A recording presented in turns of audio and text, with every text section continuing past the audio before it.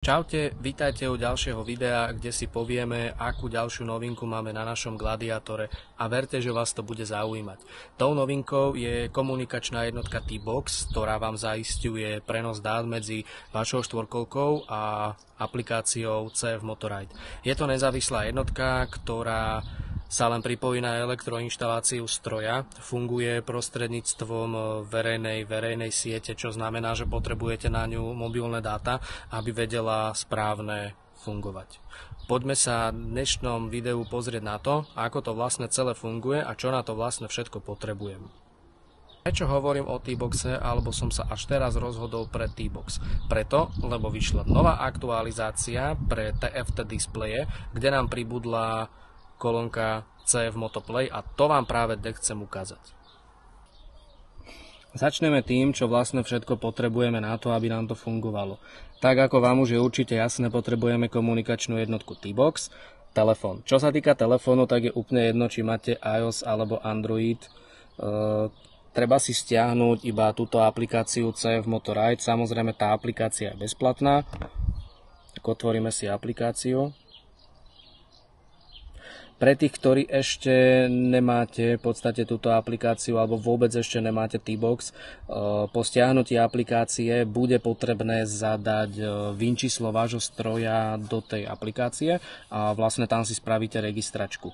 Po tej registračke sa vám zobrazí v podstate toto okno, zobrazí sa vám stroj, aký vlastne vlastníte, s tým, že my máme 1000 G3 Premium, tak mám ju tu hneď. Ďalej môžem ísť napríklad na svoj profil a viete si tam zadať vlastné meno, fotku, tu máme napríklad moje vozidlo.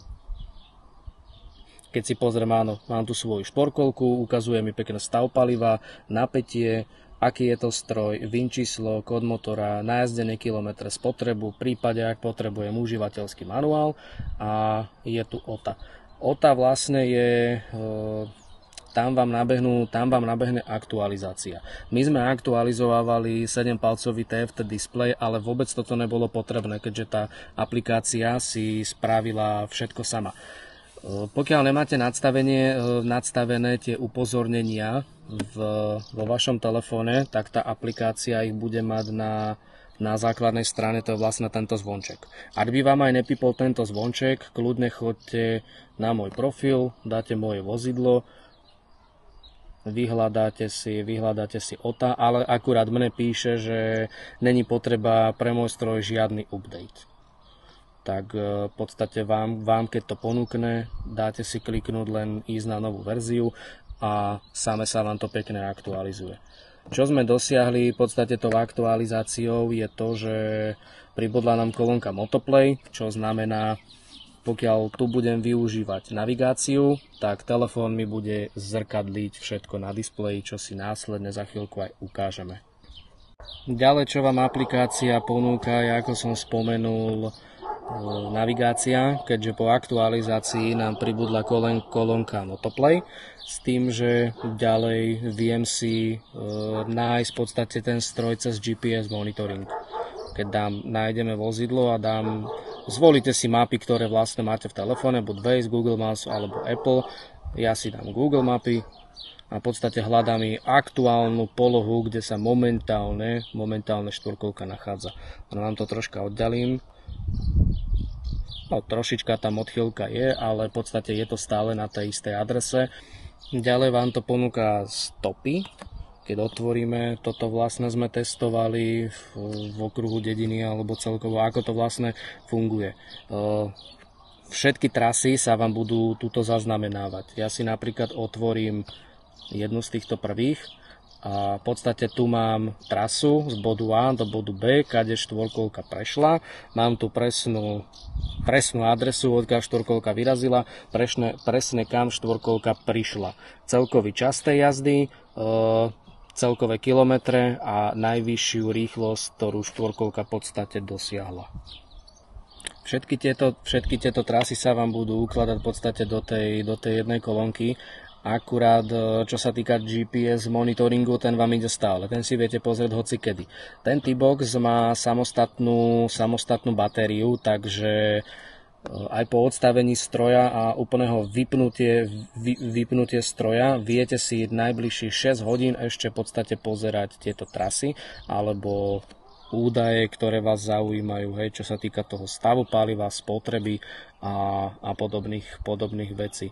Ďalej tu máme nadstavenia, kde si viete lokalizáciu vozidla zapnúť, upozornenia si viete nadstaviť v prípade, keď štvorkolku niekto by vám ju chcel ukradnúť, samozrejme príde vám upozornenie s tým, že štvorkolka je v pohybe alebo niečo na ňu spadlo, v prípade nejaké má veľké vibrácie alebo nejaké ďalej viete si nadstaviť správy o vozidle a tu je práve akurát ten zaznamenaný pohyb. Ďalej tu máme alarm hladiny paliva, pokiaľ vám bude dochádzať palivo alebo ona si bude mysleť, že má fakt málo benzínu, tu si viete nadstaviť plus minus ktorej kritike by vám malo začať pípať upozornenie. Ďalej tu máme únava vodiča. Pokiaľ budete jazdiť dlhšie napríklad ako 4 hodiny, štvorkolka vás na to upozorní prostredníctvom tej aplikácie. Ďalej tu máte, chcem upozorniť na vysoké otáčky motora, kedy to budete, že fakt, že preháňať napríklad, tak ona vám napíše, kámo, stačí, troška kľud a ďalšia kolónka je tu prehriatie motora, takže no chvála Bohu, toto sa mi ešte v živote nestalo, ani dúfam, že sa mi nezobrazí takéto upozornenia alebo vôbec nejaká takáto kolónka. Poďme si teraz ukázať, ako vlastne spárujeme ten displej. Samozrejme zapnem kľúč, nechám načítať náš veľký a funguje to systémom Wi-Fi. Takže budeme potrebovať napríklad, dáme si Motoplay, tu vás vyzve na spárovanie v podstate toho displeja. Na to, aby sa vám spároval ten displej, potrebujete si nasnímať QR kód z displeju, čo je úplne jednoduché, že ideme tlačidlom do menu a potrebujeme nasnímať tento QR kód, čiže dáme si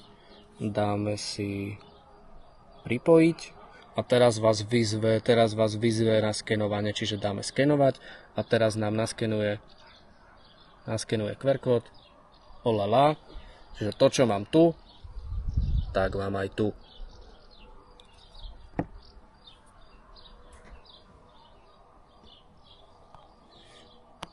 Čiže pekne nám hneď načítalo aktuálnu polohu a ideme si napríklad zadať adresu, ja neviem, dáme tam Zvolen, klikneme Zvolen. Vypočítalo mi, že odo mňa je Zvolen 34,7 km. Vieme si pozrieť trasu. Tu nám akurát pekne aj názornilo ikonku, že v podstate máme spárovaný displej. A keď dáme štart,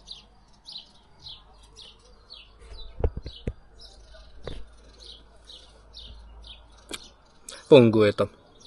Tak. Akurát jednu vec budem ešte musieť nejako vychytať. Možno je to len o nadstavení telefónu. Neviem. Lebo keď, dajme tomu, že teraz troška, aby ste videli, že svieti trošička ten displej, ale keď ho úplne že zavrem, tak sa mi to zobrazí takto. Čiže zmizla mi mapka, čo až tak mi to nevadí, ale nevidím vlastne, čo mám naokolo. S tým, že teraz mi píše len v podstate základné veci. Ako náhle teraz skúsim rozsvietiť ten displej, hej, už trošička svieti, tak sa mi to zobrazilo. Neviem, či to je len ozaj nadstavením toho telefónu, aby mi v podstate nezhasol, ale s tým sa budem ešte musieť trošička pohrať. Ďalej, keď chceme vypnúť tú navigáciu, tak podržíme len na telefóne jednu ikonku a v podstate displej vás sám vyzve.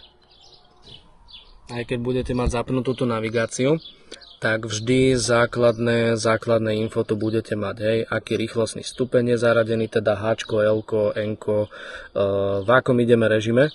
či som šport, normal, work, rýchlosť. Tu mám stále zapnutý asistent z jazdu z kopca, olejnička, dobre, lebo nemám naštartované a v podstate tu mám ešte telefón pripojený, akurát mi to svieti na červeno, lebo mám 19% baterky. No.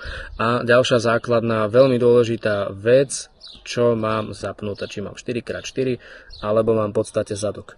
Inak, čo sa týka tej navigácie, tak skúšal som to aj jazdiť po dedine s tým, že som si zadal popisné číslo domu niekde na začiatku dediny, zadal som si popisné číslo domu niekde plus minus v strede alebo pri konci a dovedlo ma to presne. Neviem, zatiaľ nemám odskúšané, ako to bude fungovať, keď vypadne signál, keďže to funguje na princípe mobilných dát. Takže vždy treba mať zapnuté mobilné dáta a čo sa týka párovania displeju, tak všetko vám ide cez Wi-Fi. Ešte jedna vec, čo sa týka toho monitoringu, tak ak vám príde upozornenie, že štvorkolka je v podstate v pohybe alebo niečo sa s ňou deje, stačí si len otvoriť v podstate jej aktuálnu polohu. Ja mám teraz aktuálnu polohu otvorenú, ale ukážem vám to jednoduchšie, keď sme to skúšali, keď si dám tieto stopy a už som vám ukázal aj v podstate túto trasu, kade vlastne štvorkolka išla.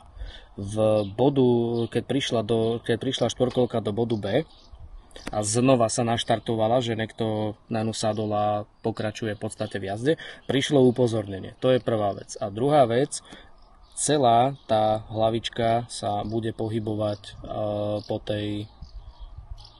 tej trase. Ešte k tej navigácii, keď vám vlastne zobrazím mapku, kde sa nachádzate a niektoré veci, ktoré sú okolo vás, ako neviem, nejaká čerpacia stanica, obchod alebo dačo, no ja tu mám obecný úrad a cintorín, takže keď kliknem napríklad na ten cintorín, vyhodí mi koľko vlastne je vzdialenosť, koľko to je odo mňa a keď dám štart, automaticky ma tam naviguje.